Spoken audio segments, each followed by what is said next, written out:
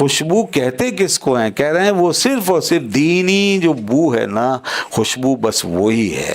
تو اب اس کا مطلب یہ نہیں کہ ہم ظاہری خوشبو سے بے نیاز ہو جائیں، بھائی نہیں، وہ بھی لگا کے رکھیں تاکہ لوگوں کو تکلیف نہ پہنچے، خود ہمیں بھی اذیت نہ ہو، دوسروں کو بھی اذیت نہ ہو، کیونکہ اس سے منع کیا۔ مومن پاکیزہ ہوتا ہے۔ ہاں، ہر کے بویش نیست بے بینی بود، بوئے آن بوئیست کان دینی بود۔ ہر کے بویش نیست، تو جس کے لیے یہ حق کی خوشبو نہیں ہے، یا بلکہ عام کہہ لیں کوئی بھی خوشبو، بو، اسمیل جس کو نہیں آتی، تو وہ بے بینی ہے، وہ ناک کا ہے اس کی، وہ بے بینی ہے، ناک سے محروم ہے۔ یہ دیکھیں اب یہ جو اصطلاح ہے نا، یہ مسلمات سے ہے، یعنی جو عوام کا ایک مسلمہ اصول کہلاتا ہے نا کہ بھائی ناک اسی کی ہے جس کو خوشبو وغیرہ آتی ہے، جس کو بو آتی ہے، تو اس سے استدلال کر رہے ہیں ابھی۔ تو کہہ رہے ہیں کہ یہ بات سب جانتے ہیں کہ ہر کے بویش نیست بے بینی بود، کہ جس کے لیے بو نہیں ہے، ہر وہ شخص جس کے لیے بو نہیں ہے تو بے بینی ہے، یعنی بغیر ناک کے۔ بوئے آن بوئیست کان دینی بود، اور ہم بتاتے ہیں کہ بو اصل میں ہے کون سی، خوشبو کہتے کس کو ہیں؟ کہہ رہے ہیں وہ صرف اور صرف دینی جو بو ہے نا خوشبو، بس وہی ہے، باقی تو سب بدبو ہے، جو دین کے بغیر ہے وہ بدبو ہے۔ جی ہاں، تو اصل تو یہ وہ کیا ہے، دیکھو نا روزے دار کے منہ سے جو آتی ہے نا اسمیل، وہ اللہ کو ہماری مشک سے زیادہ پسند ہے۔ لخلوف و فم الصائم اطیب عند اللہ من ریح المسک، کہ روزے دار کے منہ کی جو بو ہے وہ اللہ کو مشک سے زیادہ پسند ہے۔ تو یہ کیا ہو گیا اس کے اندر، یہ حق آ گیا اس میں، اس نے اللہ کے لیے اپنا معدہ خالی رکھا ہے، اور اس میں آ گئی ایک قسم کی بو، اس بیل سی پیدا ہو گئی، تو وہ اللہ کو بہت زیادہ پسند ہے۔ اور یہ جو حاجی کا حال ہوتا ہے، فرمایا یہ غبار آلود اٹا ہوا، فرمایا یہ اللہ کو بہت پسند ہے۔ حاجی جو غبار میں اٹا ہوا، گندا لتڑا ہوا، جیسے پسینوں میں، مٹی میں، دھول میں، یہ اللہ کو بہت پسند ہے، کیونکہ حق کے راستے پہ۔ تو بھائی اگر آپ حق کی خوشبو سے آراستہ نہیں ہو، پھر دنیا بھر کی خوشبو اپنے اوپر اونڈیل لو اور خوب اس میں غوطے کھاؤ، نہا دھو لو، کچھ بھی کر لو، سب بیکار ہے۔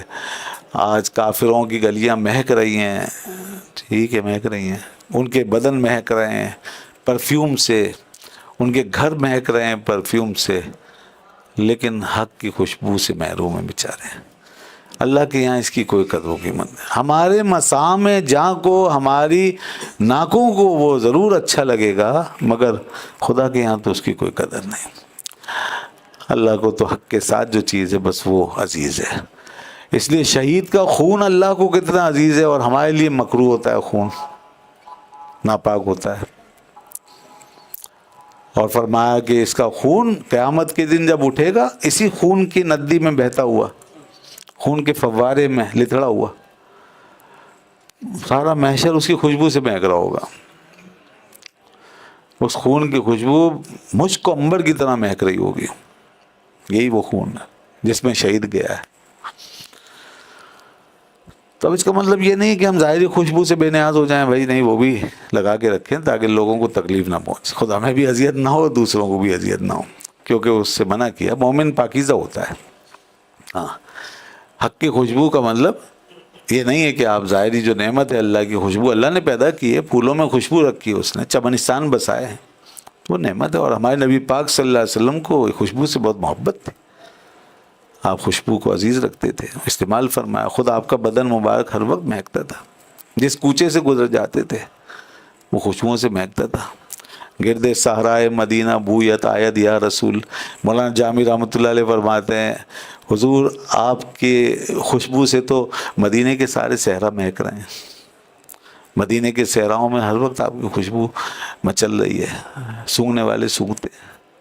اور مدینہ پاک کی خوشبو ہے اپنی، آپ کے انفاظ طیبہ کی خوشبو آج بھی ہے وہاں، ماشاءاللہ۔ آپ ہو کر آئیں، آپ کو وہ یادیں تازہ ہو رہی ہوں گی۔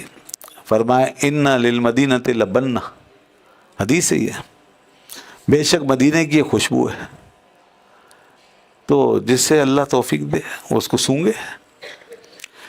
تو مگر اس کے ساتھ یہی ہے کہ حق کی خوشبو رچی بسی ہوئی ہے، اس لیے یہ خوشبو ہماری ایمان میں داخل ہو جاتی ہے۔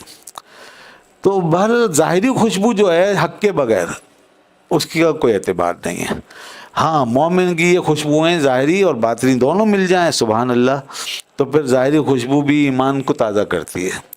اللہ کے ولیوں کی اپنی ایک وہ ہوتی ہے، خوشبو ہوتی ہے نیک لوگوں کی۔ تو جناب بعض جگہوں سے بڑی پیاری خوشبوئیں آتی ہیں، یہ حقیقت ہے۔